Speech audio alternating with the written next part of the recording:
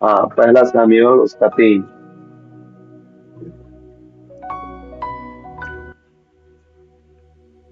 उसका 7।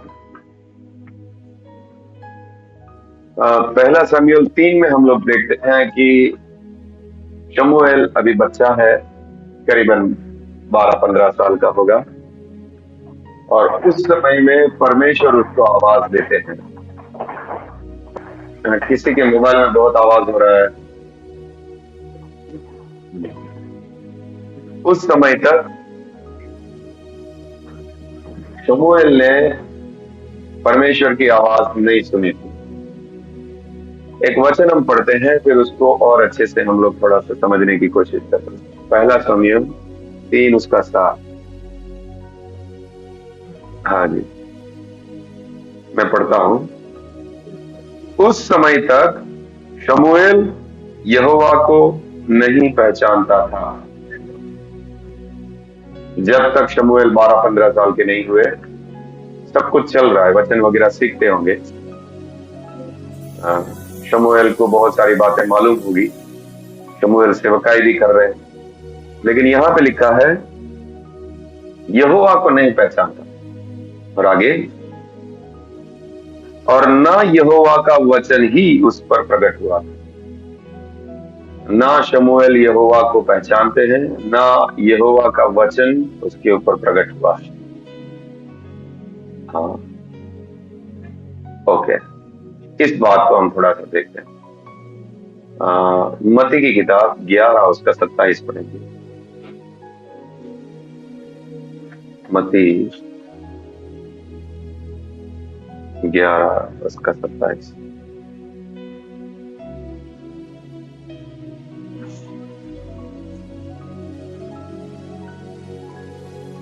हाँ,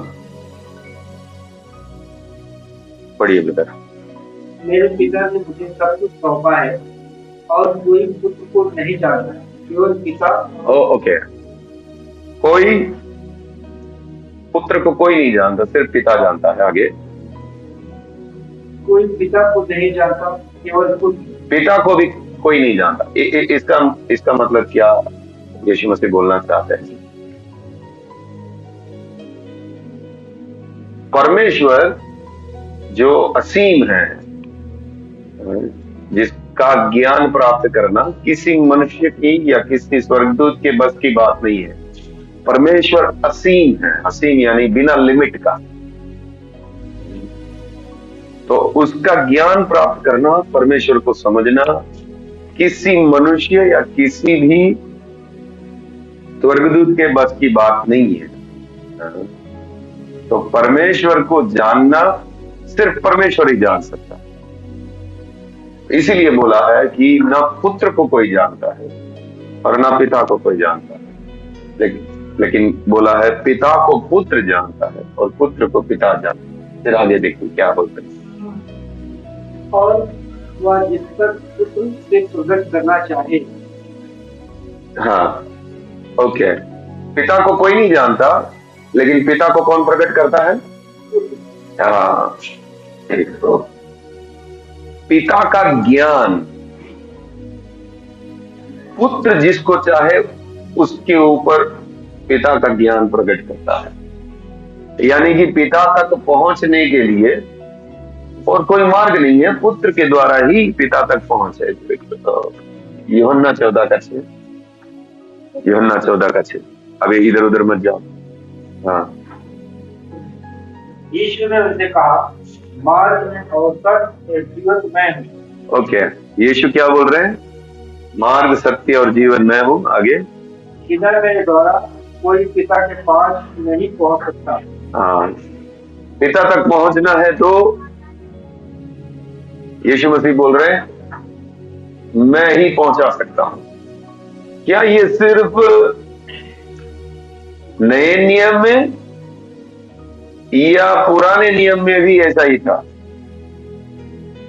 कोई समझ रहा है बात को? क्या पुराने नियम में भी पिता तक पहुंचने के लिए पुत्र ही चाहिए या बिना पुत्र के पहुंच सकते थे? क्योंकि यहाँ पे ये 2 आयत हमें बताती है पुत्र ही किसी मनुष्य के ऊपर पिता को प्रकट करता है। और यूहन्ना 14:6 में लिखा है, पिता तक पहुंचने के लिए और कोई मार्ग नहीं है, मेरे द्वारा ही तुम पिता तक पहुंच सकते हो। यानी यीशु मसीह का कहना यह है, पिता का ज्ञान मैं तुम्हारे ऊपर प्रकट करूंगा, पिता तक मैं तुमको पहुंचाऊंगा। मेरे बिना ना तुम पहुंच सकते हो, मेरे बिना ना तुम उसका ज्ञान हासिल कर सकते हो। क्या पुराने नियम में भी ऐसा ही था या सिर्फ नए नियम में? हाँ, देखिए अभी हमने जो बात देखा, शमूएल के ऊपर वचन प्रकट नहीं हुआ था, यानी कि शमूएल के ऊपर, शमूएल के पास प्रभु यीशु मसीह से भेंट नहीं हुआ था। ओके, कुछ वचन हम देखते हैं।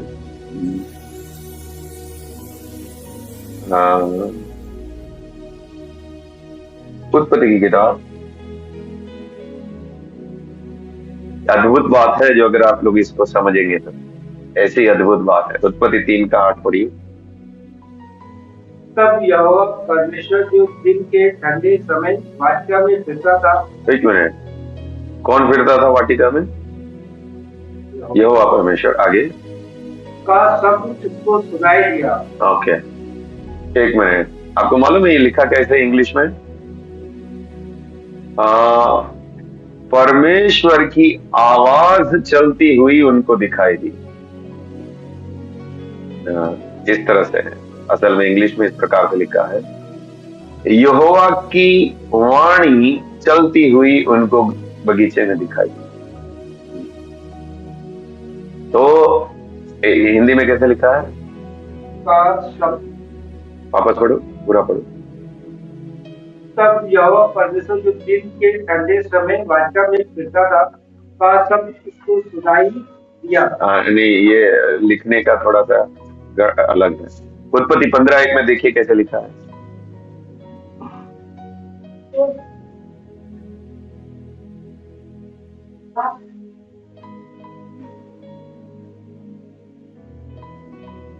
इन बातों के पश्चात यहोवा का यह वचन दर्शन में अब्राहम के पास पहुंचा। एक मिनट, अब्राहम के पास दर्शन में क्या पहुंचा?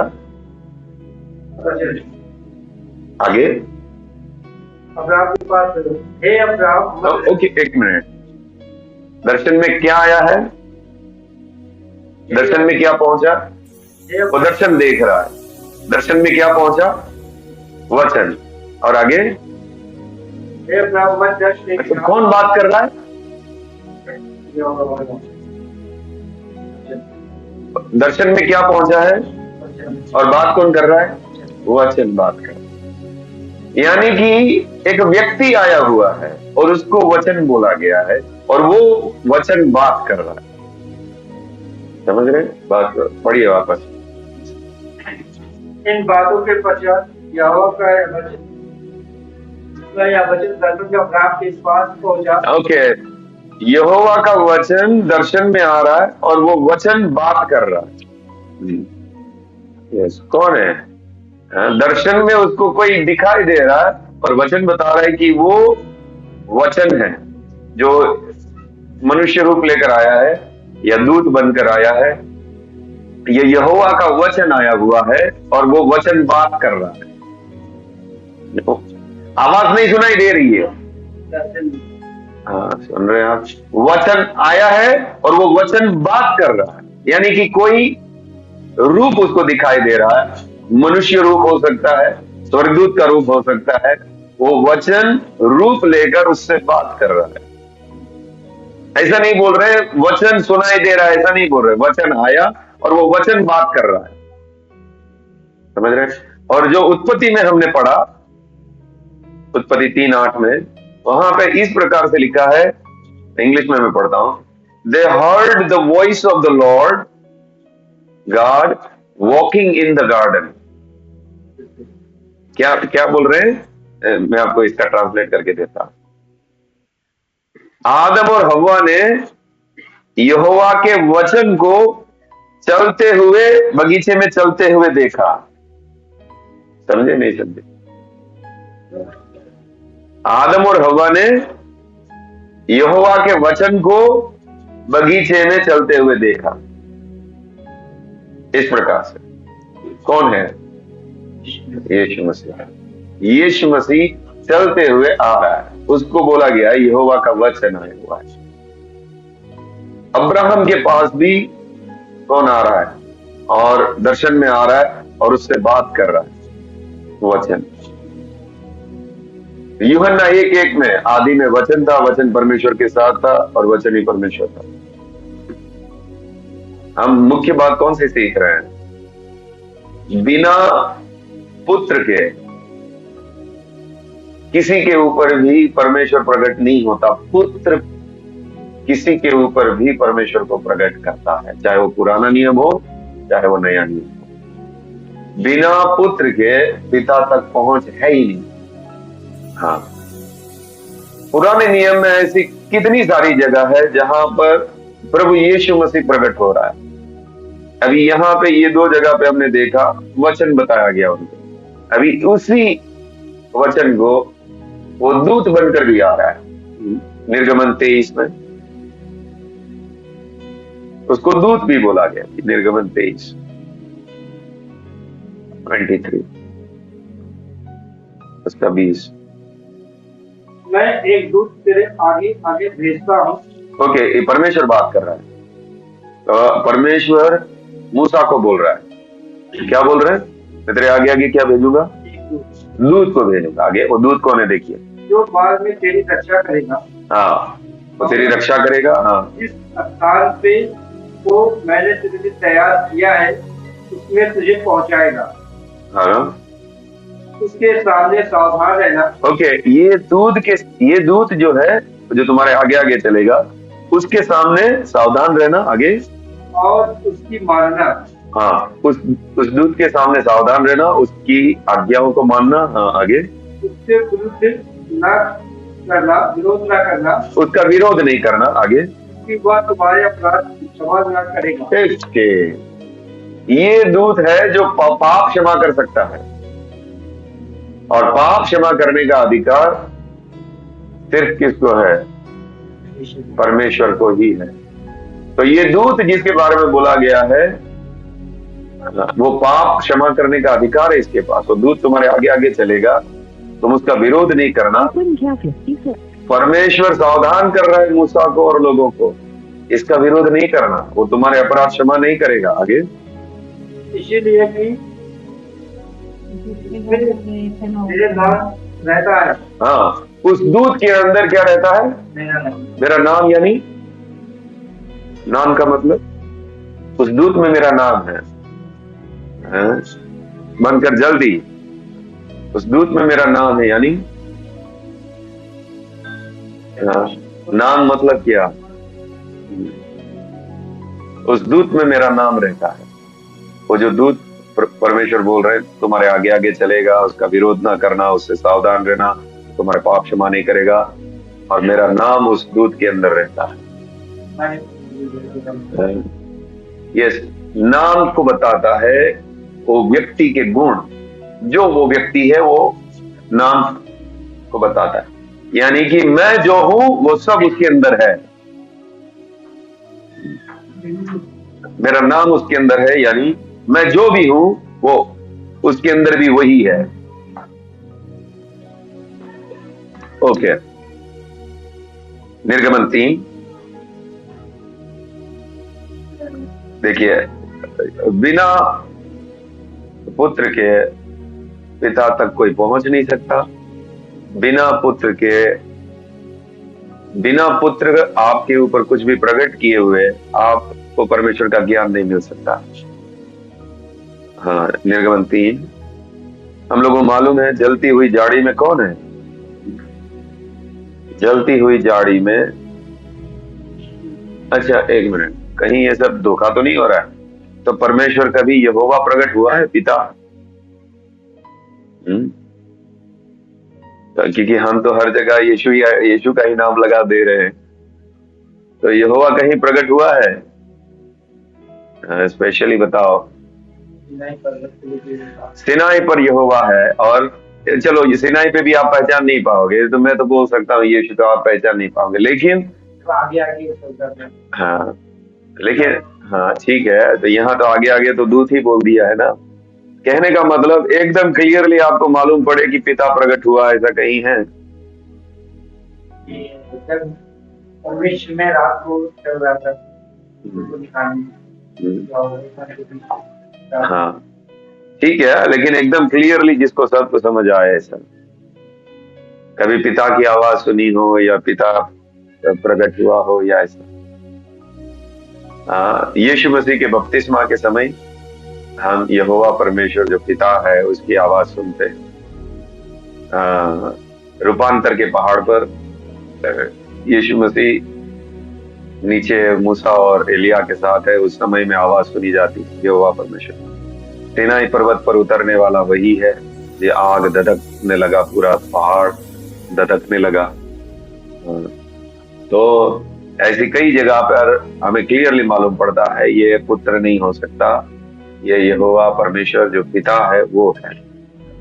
तो लेकिन कई जगहों पे हम देख सकते हैं कि ये पिता नहीं है, जैसे कि मैंने अभी बताया उत्पत्ति 3:8 में यहोवा का वचन चलते हुए आ रहा है बगीचे में। उत्पत्ति 15 में यहोवा का वचन आता है और बात करता है। हाँ, उसके बाद अभी हमने देखा यहोवा का दूत आगे आगे चलेगा। अभी निर्गमन 3 में भी हमको क्लियरली मालूम पड़ता है कि ये यहोवा परमेश्वर जो पिता है वो स्वयं नहीं है। देखिए पढ़िए निर्गमन 3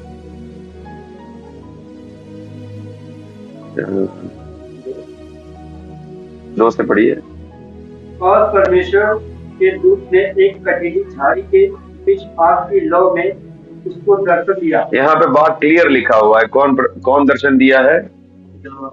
दूत है वो। आगे, और उसने दृष्टि उठाकर देखा कि झाड़ी जल रही है, हाँ, पर भस्म नहीं होती। हाँ, तब मूसा ने कहा, मैं उधर जाकर इस बड़े आश्चर्य को देखूंगा, हाँ, कि वह झाड़ी क्यों नहीं जलती, हाँ, जल जाती। हाँ, तब यहोवा ने देखा कि मूसा देखने को मुँह चला। अभी तुरंत बोल रहे कौन देखा? यहोवा ने देखा। वहां लिखा दूत, अब यहाँ पे यहोवा आ चुका। तो ये दूत कौन है फिर? क्लियर बात, यीशु मसीह है। हाँ, तो ये यहोवा परमेश्वर जो पिता है वो नहीं है, ये भी यहोवा ही है, लेकिन ये यहोवा कौन है? पुत्र यहोवा है। यहोवा शब्द तीनों के लिए इस्तेमाल किया जाने वाला शब्द है। पिता के लिए भी यहोवा इस्तेमाल होता है, पुत्र के लिए भी, और पवित्र आत्मा के लिए, तीनों के लिए यहोवा शब्द इस्तेमाल होता है।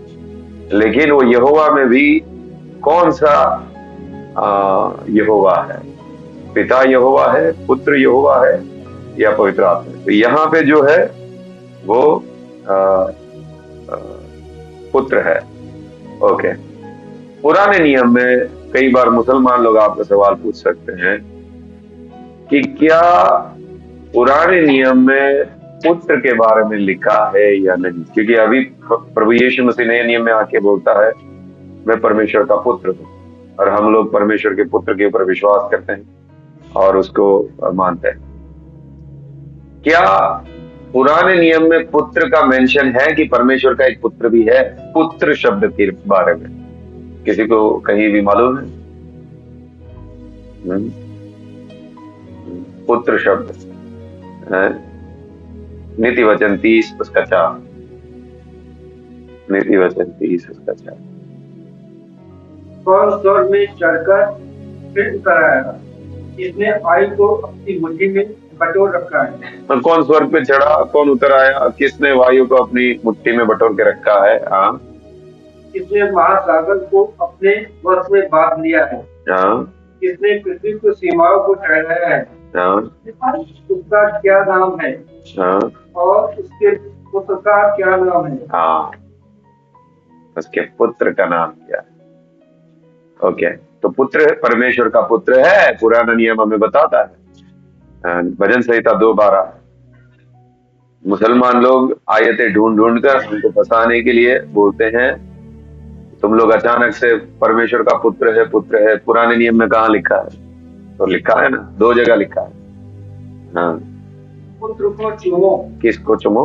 पुत्र को। हाँ ऐसा न हो कि वह क्रोध करे हाँ और तुम मार्ग ही में नष्ट हो जाओ, हाँ क्योंकि क्षण भर में उसका क्रोध रखने को है। हाँ, पुत्र का क्रोध भड़कने को है। पुत्र को चुमो, यानी कि पुत्र के खिलाफ मत हो, पुत्र को स्वीकार करो, उसके सामने घुटना टेको। कहीं ऐसा ना हो कि पुत्र भड़के। ओके, प्रभु भी बोला गया है। पुराने नियम में प्रभु यीशु मसीह को प्रभु बोला गया। प्रभु शब्द सिर्फ परमेश्वर के लिए था, यहोवा के लिए था, लेकिन वही प्रभु शब्द एक और के लिए भी इस्तेमाल किया गया। किसी को याद है? हाँ, लेकिन वहां पे पुत्र नहीं है, दाऊद बोलता है। हाँ, भजन संहिता 110 उसका एक मेरे प्रभु से यहोवा की यह वाणी है कि मेरे दाहिने बैठ, जब तक मैं तेरे शत्रु को तेरे चौकीदार कर दूं। यहोवा की वाणी किसके लिए है? वापस पढ़ो, जो लिखा है वही बोलो। मेरे प्रभु यहोवा की वाणी यह है। हाँ, ये प्रभु यहोवा की वाणी ये है क्या? तू मेरे दाहिने हाथ में, जब तक कि मैं तेरे शत्रुओं को तेरे चरणों की चौकी न कर दूं। यहोवा के सिय्योन से वो बढ़ाएगा, तू अपने शत्रुओं के बीच में शासन कर। तेरी प्रजा के लोग तेरे पराक्रम के दिन शुभेच्छा। तूने ठीक से नहीं पढ़ा, आप पढ़िए। मेरे प्रभु से यहोवा की यह वाणी है। ओके, किससे यहोवा की वाणी है? मेरे प्रभु से यहोवा ये बात कर रहा है। ये दाऊद का प्रभु है जिससे यहोवा बात कर रहा है। अरे दाऊद, तेरा प्रभु तो यहोवा है, तो तू ऐसा क्यों बोल रहा है कि यहोवा मेरे प्रभु से बात कर रहा है? तो दाऊद का ये दूसरा प्रभु कौन है? समझ रहे? दाऊद के 2 प्रभु हो गए ना। दाऊद तो यहोवा पर विश्वास करता है, वो उसका प्रभु है, लेकिन यहां पे तो दाऊद बोल रहा है यहोवा मेरे प्रभु से बात कर रहा है। तो दाऊद तेरा दूसरा प्रभु कौन आप बन गया? ये यीशु मसीह, उसको प्रभु बोला, जिसको खास करके नए नियम में प्रभु बोला गया है। पिता को परमेश्वर बोला गया है और यीशु मसीह को प्रभु बोला गया है। नए नियम में खास यीशु मसीह के लिए सब प्रेरितों ने यही शब्द इस्तेमाल किया है। हमारे प्रभु यीशु मसीह का पिता और परमेश्वर, हमारा प्रभु यीशु मसीह। तो पुराने नियम में आमतौर पर यहोवा ही प्रभु था सबका, लेकिन पुराने नियम में यह भी बताया गया कि एक और प्रभु है, और वो प्रभु परमेश्वर का पुत्र है, वो प्रभु परमेश्वर का वचन है, वो प्रभु परमेश्वर का दूत है, और ये जो उसके साथ साथ आदि से जो था वही है। ओके, मुझे लगता है हम लोग प्रार्थना में जाना चाहिए। मुझे तो और भी बताना था इसमें, लेकिन समय ज्यादा हो जाएगा। ठीक है।